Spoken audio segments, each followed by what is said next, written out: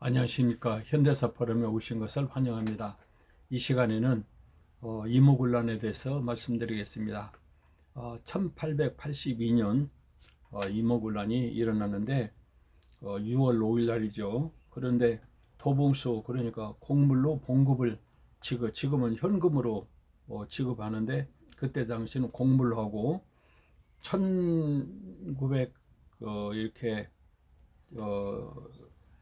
50년도, 60년도, 1960년도에는 월급 봉투를 줬어요. 그래서 봉급이 뭐 100만 원이면은 거기서 막 장식당 얼마 얼마 떼가지고 나머지 실수령은 뭐 85만 원이다 해서 이제 봉투를, 월급 봉투를 해서 돈을 넣어서 이제 줬죠. 지금은 전부 다 전산으로 다 해버려서 그냥 통장으로 해서 부인이 받지 남편이 갖다 주는 일이 없잖아요. 이렇게 시대가 발달하면서 금전거래도 다르죠. 그래서 그때는 봉급을 주는데 곡물로 쌀로 이제 줬어요. 그런데 쌀로 지급을 주는데 저거 이렇게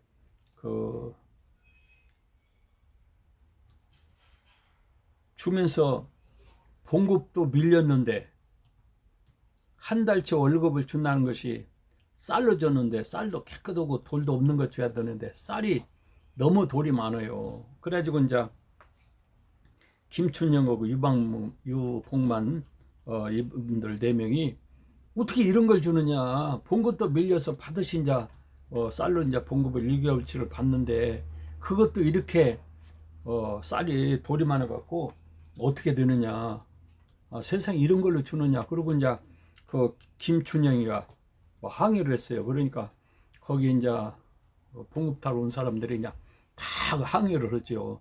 이 군인은 신경을 써야 돼요.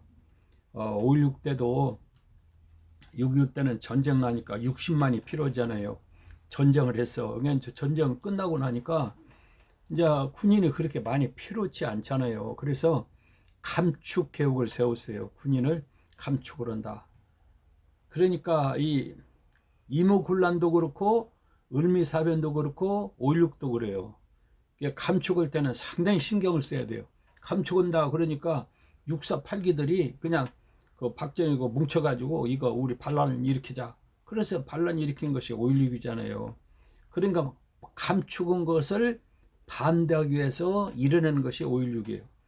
그런데 요즘에 이제 60만 중에서 이제 감축을 해서 48만, 40만으로 이런 게 줄이려고 그러는데 그것은 감축을 안 할 수가 없어요. 왜냐면은 1년에 보통 40만 정도 이렇게 어린애를 낳아야 되는데 지금은 뭐 45만 아니라 40만 아니라 38만, 35만이니까 앞으로 10년, 20년 가면은 이제 군대 입대할 사람들이 적은 거예요.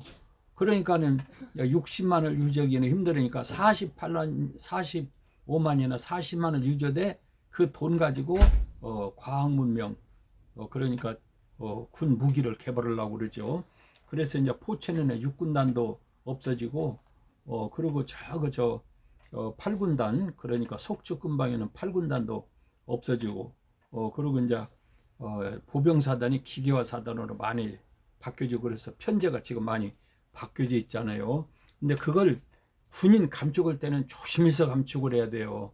잘못하면 그냥 사고가 일어나니까. 그런데 이렇게 봉급도 잘 주고 대우도 잘 해주고 그래야 되는데 저거 고려 무신 때는 군인들 수염 잡고 그냥 막 시끄럽게 하고 막 무시하니까 그냥 이러는 거 정중부 반란이 일어나고 정권 잡으니까 그냥 현종이 다 물러나 버리고 그랬잖아요. 그러니까 일반 사람하고 달라서 군인은 대우를 잘해주고 함부로 무시하고 감축하고 그래서는 안 되죠. 은은해서 해야 되는데. 그런데 이렇게 봉급을 적게 주고 그러고 이제 그 항현사는 김춘영을 막 투드러 패고 그리고 사형 집행을 하고 그러니까 거기 군인들이 가만히 있겠어요? 뭉치지요.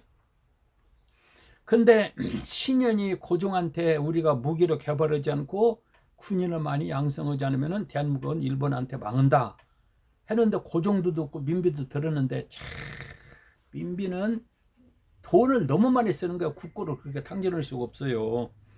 그냥 절 돌아다니면서 자기 아들 살려달라, 자기 아들 낳게 해달라, 그냥 총기 행사를 너무 해서 돈을 많이 쓰고 그 다음에 절에 시주를 많이 오고 무당들에게 돈도 많이 줘. 무당도. 그래서 구풀이 오고 우리 아들 오래 살거느냐 아니면은 오래 안 살거느냐 어떻게 되거느냐. 그래가지고 무당들한테 판사 참판 혹은 승지 벼슬을 다 주고 그랬다니까요. 그리고 이제 오군영, 옛날 군인 오군영이라고 그래요. 오군영을 이군영으로 이제 줄이는 거예요. 줄이는데 신현은 병력을 5만에서 10만 양성을 해야 된다 그랬는데 지금 고종이나 민비는 오군영 90군대를 1000명을 줄인다 그거예요. 그리고 별기군 신식군대로 양성한다. 그런데 이제 90군대에서 이제 사표를 해가지고 신식군대로 가야 되는데 신식군대로 가면은 계급이 낮아요. 계급을 똑같이 해주면 괜찮은데 그리고 신식군대로 가면은 90군대의 군인들이 무시를 당하는 거예요. 그러니까 1000명이 이렇게 감축을 한다. 그러니까 1000명이 뭉쳐갖고 우리 이렇게 살아서 되느냐 한번 해보자 한 거죠. 그게 이제 이모군란이죠. 선교사 언더우드가 결혼을 했는데 민비가 축하금을 1000냥 100원이죠. 그때 사랑가마니가 3원 했대. 3원. 그러니까 얼마나 큰 돈을 준 거예요. 그렇게 그냥 국고를 마음대로 써버린 거예요. 그 국고가 이제 바닥나 버리죠. 그리고 이제 82년 6월 9일 날 군인들 봉급이 1년치 13개월 1년치가 밀렸대요. 그런데 밀렸는데 세상에 그 쌀 한 달분을 주면서도 그 속에 너무 돌이 많아갖고 먹을 수가 없으니까 막 들고 일어났잖아요. 그러면은 이 군인 식비로 간 돈을 어떤 놈이 떼먹는가? 민겸호가 다 떼먹었대. 민겸호. 그러는데 나는 군인이 있을 때 육군본부 격리과에 있었는데 격리과에서는 겨울에 난로 한 대당 소수개비가 얼마 30원 이렇게 나와요. 그러면은 그것까지 다 뜯어먹어요. 그러면은 철조망 한 것 강목 있잖아요. 그거 다 빼갖고 그냥 뜯고 천정에 강목 있잖아요. 올라가서 다 뜯어갖고 이제 떼우고 그러면 어느 날 그냥 천정이 무너지고 그래요. 그리고 육군 보면 아카시아가 많잖아요. 낮에 피면은 뭐 장교들한테 이제 걸리면은 큰일 나니까 밤중에 아카시아를 베어가지고 그런 빨개 갖고 떼우고 그래요. 그리고 소슬개비는 다 그냥 장군들 갖다 먹어버리고 6.25 때 그렇게 일본 북한군한테 당했는데도 그 부패가 이렇게 없어지도 않았어요. 그래서 나는 이제 그 감사할 때 격리 가니까 물어보잖아요. 다 이야기를 했어요. 그랬더니 내가 그렇게 불어가지고 이렇게 우리 부대장이 이제 다른 데로 가고 새로 왔는데 저 새끼 때문에 그랬다고 얼마나 욕을 먹고 전방으로 쫓겨날 건데 참모총장 표창 받아갖고 쫓겨나질 않았는데 얼마나 구박을 받고 얼마나 어려움 당하는지 몰라요. 자기네들이 잘했으면은 내가 그러겠어요. 그런데 수술백이 이거 해왔냐? 아유 저 이렇게 목재소 가서 가짜로 다 했지 실제로 안 했다. 그래서 다 뜯어갖고 이렇게 했다. 이런 군대가 어디냐고 그랬더니 그냥 난리나 버렸어요. 그러는 그냥 부대원들이 나 때문에 기합받고 막 부대장이 다른 데로 갔다 얼마나 나를 그냥 미워하고 규탄하고 막 외출도 안 보내고 그러는지 아이고 살기가 너무 힘들었어요. 잘했으면 누가 그러겠어요? 그러니까 이제 민태호가 있는데 민비 이제 바로 이제 동생이죠. 민태호가 그냥 싹 그걸 다 그냥 그 군 준 부식을 다 갖다가 먹어버린 거예요. 그러니 죽었어요. 그러니까 막 우리 막 이럴 수가 있냐 그러고 막 일어난 것이 이제 결국은 이무군란이요. 그래서 이무군란은 제일 먼저 그냥 민태호 집에 들어가서 민태호 먼저 죽여버렸잖아요. 그리고 일본 공사관에 가서 장교 1명 그리고 사병 몇 명도 죽여버리고 그리고 이제 그때 당시 공무원 월급을 5년치를 붙였대. 5년치를. 그러니 공무원들이 도둑질을 하지 제대로 일을 하겠어요.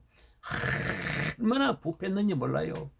신현이가 운양호 사건 때 우리가 총 한 번 제대로 못 쏘고 항복을 했습니다. 저거는 기관총으로 싸우고 우리는 심지 불 붙여갖고 땅 쏠 때 우리는 다 죽어버렸습니다. 그러면서 하찮던 무기를 개발해야 되고 최하 5만에서 10만을 양성해야 된다고 그렇게 울면서 보고를 했는데 세상에 더 군인을 양성하지 않고 1000명을 축선다 그러고 군인 봉급을 다 떼어먹고 그러니 그러면 나라가 제대로 되겠어요. 망하지. 이게 이모군란이요. 이모군란 때 이렇게 5군형 90군데들이 그냥 군거를 점령했는데 그걸 막지를 신식 군대가 막아야 되는데 그걸 막지를 못했잖아요. 그래가지고 민비가 양평으로 이렇게 도망가서 반드시 살아났죠. 민비도 민태우 죽이면서 민비도 죽여야 된다고 그러는데 그냥 반드시 도망가서 살았죠. 아이고. 그래서 이제 폭동이 일어났는데 이제 고종은 이경하, 민교모, 그 다음에 신순택 등을 파직하고 수습을 하려고 했으나 이게 수습이 안 됐어요.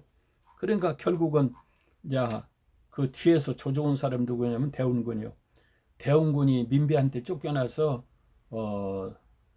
양주 산정에 가서 있다가 운영으로 왔는데 10년 동안 있었어요. 10년 동안. 그래가지고 민비는 3년 동안 그냥 독수공방하다가 정권을 잡았는데 운영궁에서 10년 있다가 동학난 사람들은 이모군란때 뒤에서 조종해가지고 이모군란이 일어나니까 이모군란 그 주동자들이 운영으로 갔죠. 그러니까 대운관이가 이렇게 해라. 그러니까 이모군란 그 사람들이 대운군 말은 들었지 민비는 도망가고 고종 말을 안 들어요. 그러니까 고종이 수습을 못하니까 아버지 와서 수습을 해주시오. 그래서 대운군이 다시 정권을 잡은 거죠. 그러니까 시아버지가 며느리를 몰아냈어요.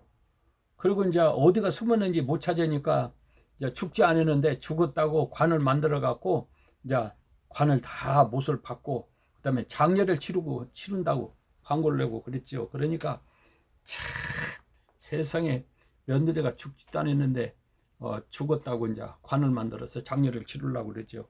그러니까 별기군을 폐기하고 오군영을 부활시키려고 부활시켰어요. 그러니까 신식군대를 없애버리고 90군대를 다시 이렇게 대원군이 부활시켰죠. 그러니까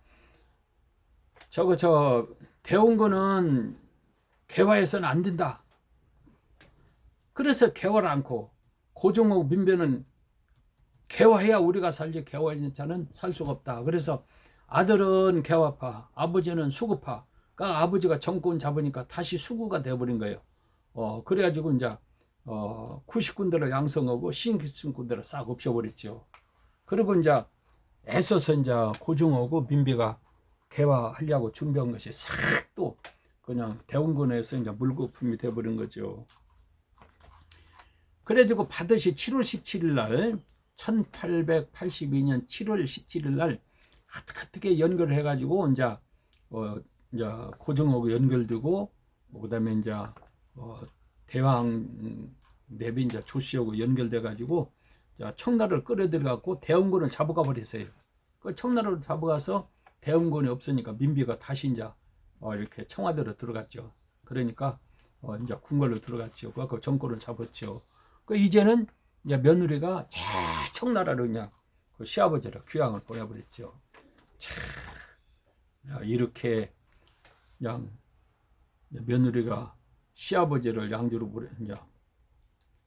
독국선장으로 보내버리고 운영궁으로 보내버리고 시아버지가 이렇게 며느리를 죽여버리려고 했는데 못 잡아서 양주로 도망가고 양주로 도망간 며느리가 시아버지를 청나라로 귀향 보내고 이러는 세상에 신현이가 싸우지 말고 어쨌든 국력을 모아가지고 무기를 개발하고 군대를 양성해서 이렇게 대별해야지. 그러는 우리가 일본한테 점령된다 그렇게 말을 했는데도 듣질 않은 거예요. 그러니까 해볼 수가 없죠. 그래갖고는 결국은 궁궐이 점령됐죠. 궁궐이 점령됐다는 것은 조선이 망할 수 있다. 그런 내용입니다. 그래서 이모군란은 우리한테 이렇게 시사하는 교훈이 많은데 이모군란은 1882년에 겪어도 고종이나 민비나 대원군이나 저 강요들이 준비를 하는 거예요. 이 군사가 얼마나 중요하고 무기가 얼마나 중요한가를 몰랐는데 그걸 준비를 안 하니까 을미사변 때 서울을 저 궁궐을 지킬 병력이 없어갖고 을미사변 때 민비가 죽어버린 것 아니에요. 그리고 이제 민비가 죽은 다음에 일본이 점령해도 막을 병력이 없죠. 그래서 1910년에 결국은 일본이 강제 점령을 해버린 거죠. 그래서 망해버린 거죠. 오늘은 여기까지 하고 마치겠습니다. 감사합니다.